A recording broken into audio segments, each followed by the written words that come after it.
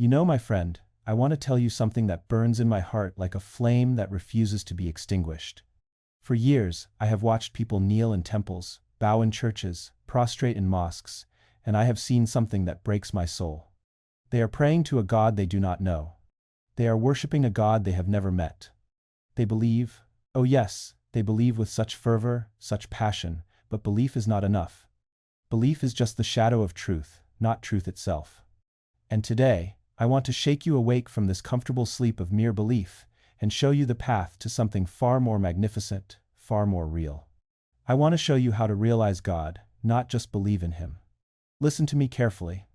There is a vast, infinite difference between believing in God and realizing God. When you believe, you are accepting something someone else has told you. You are taking their word for it. Your grandmother told you God exists, your priest told you, your holy book told you, and you said, yes, I believe. But tell me honestly, when you close your eyes in the darkness of your room at night, when doubt creeps into your mind like a thief, does that belief satisfy the deepest hunger of your soul? Does it answer the screaming question that echoes in the silence of your heart? When suffering comes, when tragedy strikes, when you lose someone you love, does that second-hand belief hold you like a mother holds her child? I have traveled across oceans. I have seen poverty that would make you weep. I have seen children dying in the streets of my beloved India with no one to care, no one to notice. I have seen the rich man turn his head away from suffering as if it were a foul smell. I have stood in the palaces of kings and in the huts of beggars, and I have asked myself one question everywhere I went. Why do these people suffer? Why does God allow this? And the answer that came to me was not from a book, not from a teacher, not from a scripture, but from the depths of my own realization. God is not somewhere in the clouds watching us like a puppet master pulling strings.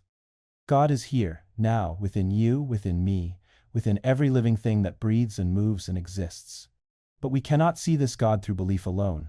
We must realize it, we must experience it, we must become it.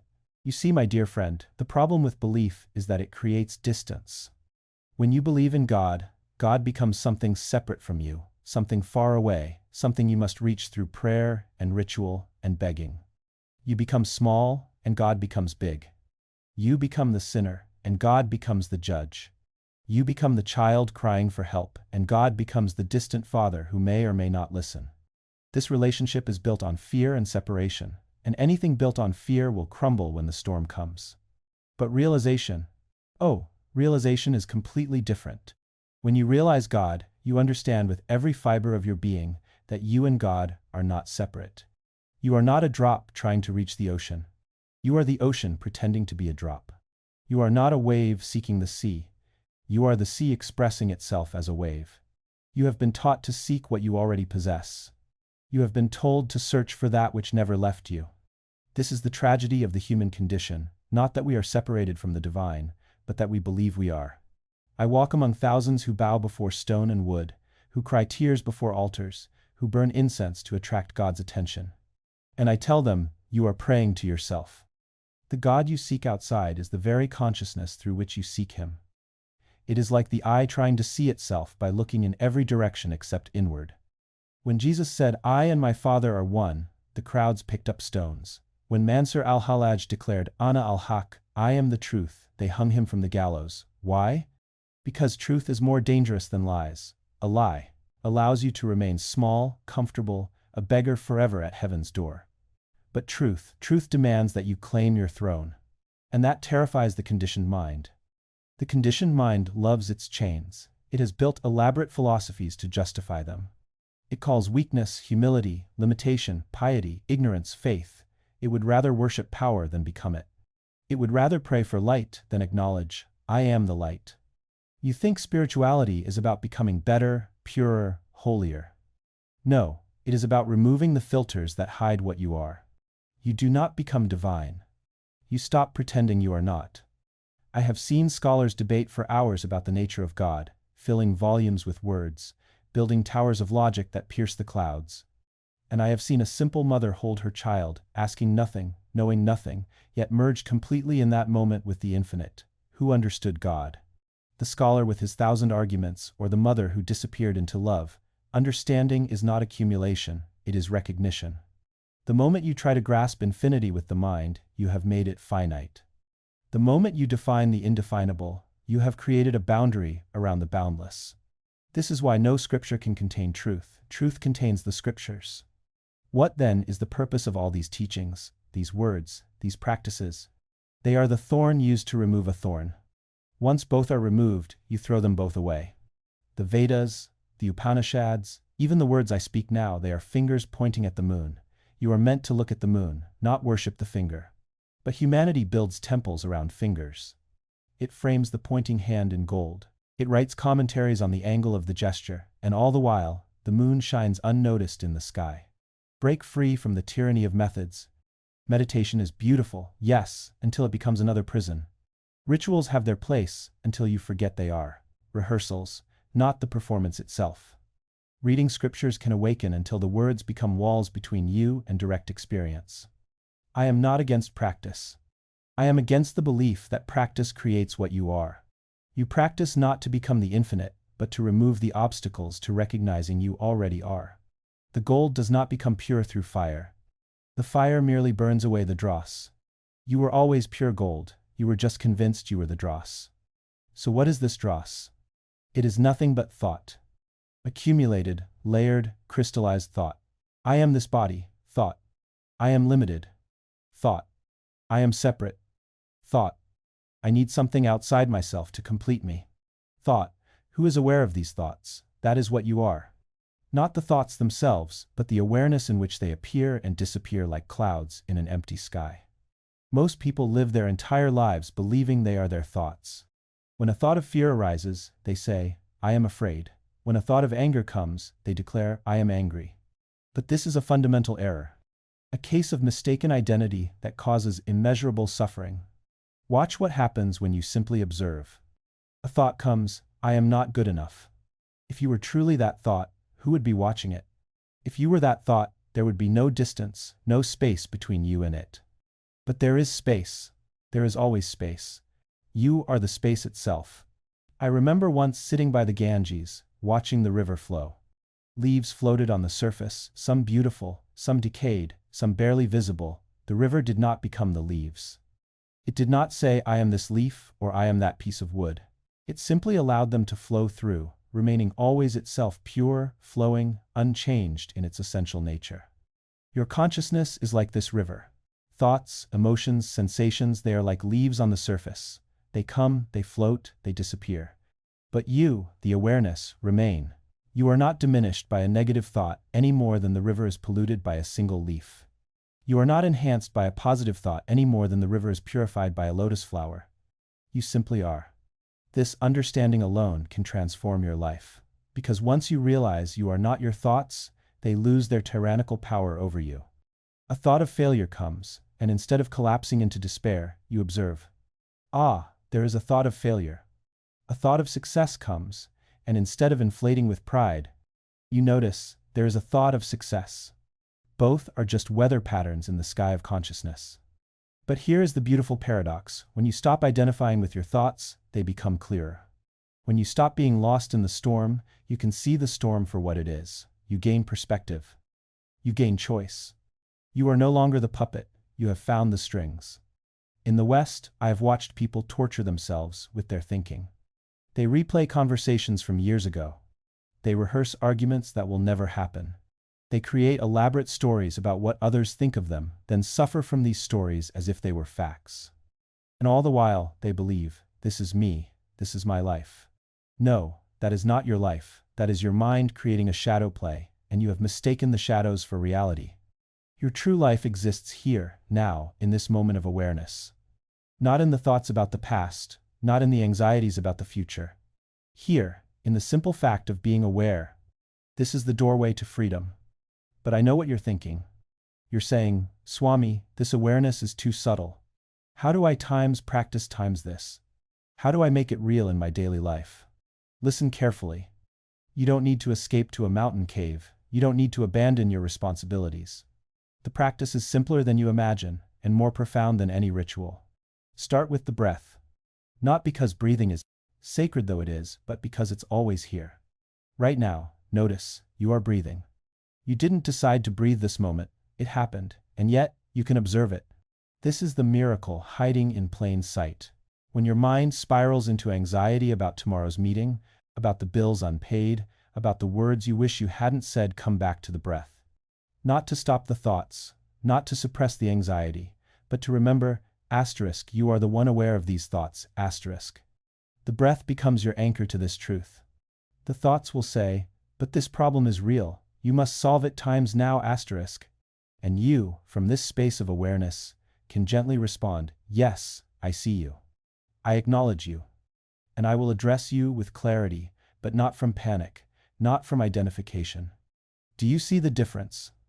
When you times the anxiety, you cannot solve the problem.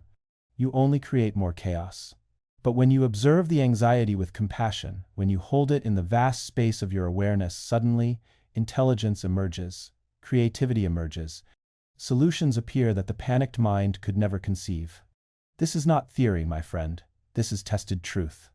I have watched illiterate villagers embody this wisdom with more grace than scholars with multiple degrees. I have seen a simple mother, tending to her children, living in this awareness, and her presence alone transforms everyone around her. Why? Because she is not lost in the story. She is awake to the times presence, times behind the story. And here is what nobody tells you about this practice. It doesn't make life easier. It makes you times real. When you stop performing, stop pretending, stop defending, the false image, life becomes raw. You will feel things you've suppressed for years, grief you never processed, anger you swallowed, joy you were too afraid to express. This is necessary. The spiritual path is not about becoming positive or enlightened or coating yourself in artificial peace. It's about becoming times authentic. About removing the masks you didn't even know you were wearing. I meet people who say, I meditate every day, but I still get angry. Good, get angry. But be times aware times that you're angry. Don't pretend you're not. Don't spiritually bypass your humanity. Feel the fire of that anger, but notice, you are the space in which the fire burns. You are the sky through which the storm passes. The storm is valid, your humanity is valid, and your awareness, your true nature, is untouched by any storm. This is the balance. This is the dance. You honor your humanness, you feel fully. You engage completely with this precious, temporary life. And yet, you never forget, beneath every experience, prior to every thought, deeper than every emotion, you are the eternal witness. You are that which cannot be diminished. And from this remembrance, everything transforms. Your relationships stop being transactions and become encounters of depth. Your work stops being mere obligation and becomes an expression of your being. Even mundane activities, washing dishes, walking to the market, sitting in traffic, become meditative because you are times present. You are here, you are awake. This is what I'm pointing you toward. Not someday, not after 10 more years of practice. Now. I see you standing at the edge of your potential, looking across to where you wish to be, and you say, the gap is too wide, I cannot cross. But I tell you times there is no gap. That distance you perceive, it is nothing but accumulated dust on a mirror. Wipe it away, and you will see your face was always the reflection you were seeking. When I walked the streets of Calcutta as a young man, I too felt this distance. I read the Upanishads, I studied the Vedas, I heard all the priests speak of Brahman as something times out there, something to be reached through lifetimes of ritual and renunciation. And one day, I stood before my master, Ramakrishna, and I asked him directly, Sir, have you seen God? Without hesitation, without philosophy, he answered, yes, I see him just as I see you here. Only in a more intense sense. That answer shattered me. Not because it was mystical, but because it was times matter of fact. He spoke of the divine, the way you might speak of the sun, as something present, observable, real. In that moment I understood. God was not a conclusion to be reached through argument. God was an experience available times now. But my rational mind rebelled. I tested him, I doubted him. I brought my Western education, my logic, my skepticism. And he never argued with me. He simply times showed times me. He placed his hand on my chest one day, and in an instant, all my philosophy crumbled, the walls dissolved. There was no I and God. There was only times one. When I returned to my normal consciousness, I was furious. "What did you do to me?" I demanded. He smiled with such gentle compassion. "I showed you what you already are. Now you must learn to stay there. You see, this is the work. Not becoming something new. At times remembering times what you have forgotten. The treasure was buried in your own backyard while you traveled the world searching for it. And here is what makes this both simple and difficult. Asterisk, asterisk, you cannot think your way to this realization. Asterisk, asterisk, your mind is a magnificent tool. I celebrate the intellect. I spent years developing my own. But the mind can only take you to the doorway. At some point, you must stop analyzing the door and times walk through it. Asterisk. I watch you, even now as you listen to these words, trying to times understand times them, trying to fit them into your existing framework. How does this work? What are the steps? Can I make a plan? Stop, just for a moment, times stop. Asterisk. Feel the presence that is reading these words. Feel the awareness that exists before thought arises, that stillness between your heartbeats, that spaciousness in which all experience appears. Asterisk, that times is what you are. Not the thoughts about it. Not the understanding of the direct, immediate, undeniable times presence times of it. This is why I say, asterisk, asterisk, meditation is not concentration. Meditation is recognition. Asterisk, asterisk, you do not create peace through meditation. You recognize the peace that was already present beneath the noise. You do not become love through spiritual practice. You remove the barriers you built against the love that is your fundamental nature. Think of a room filled with furniture. You want more space, so what do? You don't add space times. Space is already there. Asterisk, you remove the furniture. Each practice, each moment of awareness, each act of letting go, these do not build your divinity. They remove the obstacles obscuring it.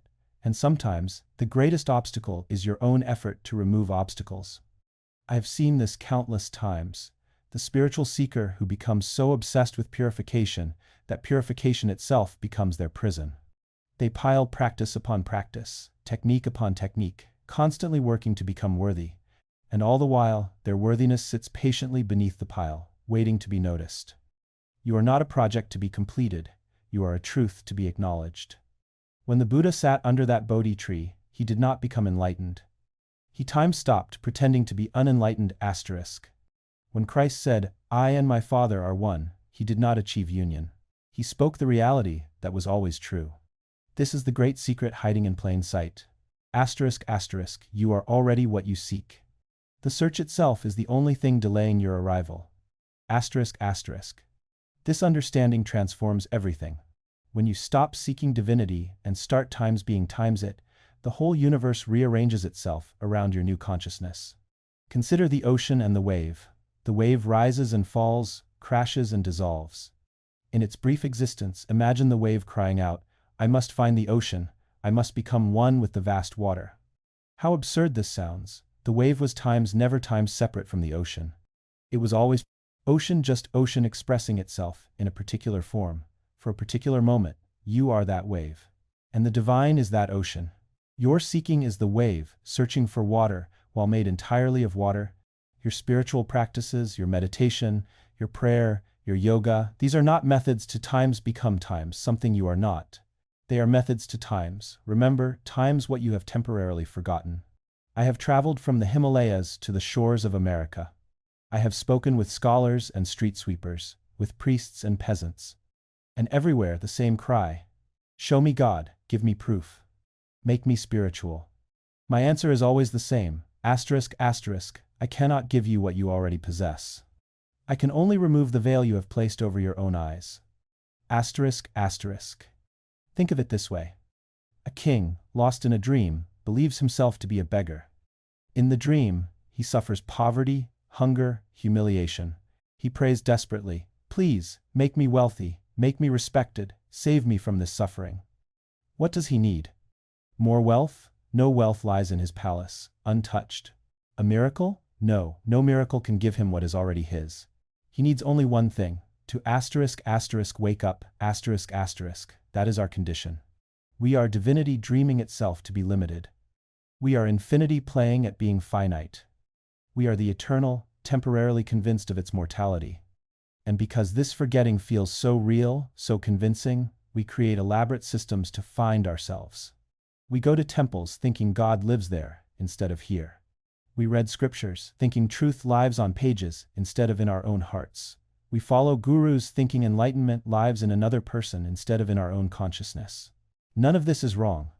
Temples have their place, scriptures serve their purpose, teachers illuminate the path, but understand what they truly do. They are fingers pointing at the moon. The tragedy is that we worship the finger and never look at what it's showing us. The Buddha sat under the Bodhi tree not to acquire something new, but to shed everything false. He did not times gain times enlightenment, he times removed times ignorance. What remained when all illusions fell away? His true nature, which was always there, which was never absent. Christ said, "The kingdom of heaven is within you. Not will be within you, not might be if you're good enough." Asterisk is, asterisk present tense. Already there. Always there. Every master throughout history has spoken this same truth in different languages.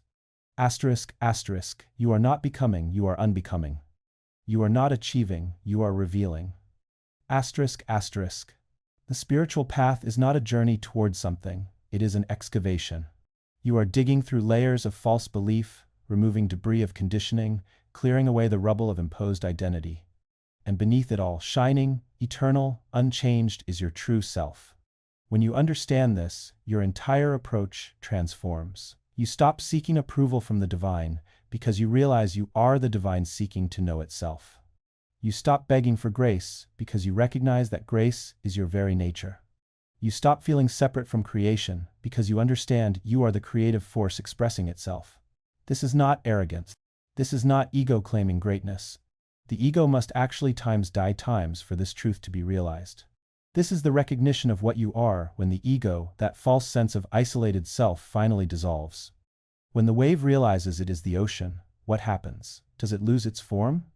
No, the wave continues to rise and fall, to dance and foam, but now it knows, I am not times, merely times this crest, this momentary shape. I am the infinite depth beneath. You will still have your personality, your quirks, your preferences. You will still laugh at certain jokes, feel moved by certain music, pursue certain work. But you will no longer be times imprisoned, times by these things. You will hold them lightly, like a costume worn for a play necessary for the performance, but not who you truly are. I have seen this transformation in countless seekers. A student comes to me burdened by anxiety, wrapped tight in the chains of what will people think, and am I good enough? We work together through meditation, through service, through questioning every assumption they've held about themselves. And then one day, I see it in their eyes. A lightness, a humor, a profound rest. They have not become someone else, they have simply stopped pretending to be someone they were never meant to be. This is why true spirituality makes you more times human asterisk, not less. The person who realizes their divine nature doesn't float above the world in detached indifference. They engage more fully, love more deeply, serve more selflessly because they are no longer acting from the cramped quarters of ego protection. There is no small self left to defend. Look at the great beings throughout history.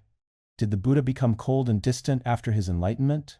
No, he walked the dusty roads of India for 45 years, teaching anyone who would listen. Was Christ aloof and superior? No, he wept, he ate with tax collectors and outcasts, he washed feet. They were divinely human, or humanly divine, the distinction collapses. So when I tell you that you are divine, I am not asking you to inflate yourself with spiritual pride. I am not handing you a certificate that says, I am better than those unenlightened fools. That would simply be ego wearing a spiritual costume, the most dangerous disguise of all. I am asking you to see through the illusion entirely. To recognize that the beggar on the street, the person who insulted you yesterday, the difficult family member, the political leader you despise, they are times also times divine. How could they not be? If divinity is the ground of all existence, it cannot exclude anyone. This is the radical teaching that makes comfortable people uncomfortable. It's easy to think times you times are divine. It requires real transformation to see divinity in the person who wronged you, in the system that oppressed you, in the circumstances you despise. But here is the key. Seeing the divine in others doesn't mean condoning harmful behavior. The ocean contains both gentle waves and tsunamis. Both are water, but one we swim in and the other we flee from. You can recognize someone's essential divinity while still maintaining boundaries, while still opposing injustice, while still saying, no, this behavior is not acceptable. Wisdom is knowing when to embrace and when to resist, when to merge and when to maintain distinction, all while holding the deeper truth that at the root, there is only one appearing as many. This brings me to the most practical question. How do you live this? How do you move through a world of bills and deadlines and difficult conversations while holding this awareness of your infinite nature? The answer is simpler than you think. You don't have to try times to be the ocean. You already times the ocean. The wave doesn't have to strain and effort to become water. It simply has to stop pretending to be separate from it. Begin with moments. In the middle of your busy day, pause. Feel the aliveness in your body. Notice the awareness that is noticing everything. Ask yourself, who is aware right now? Not as an intellectual exercise, but as a genuine inquiry. Drop beneath the thoughts, beneath the stories about yourself, and touch, even for a second, the simple fact of pure existence. That presence you touch, luminous, silent, without boundaries, times is you.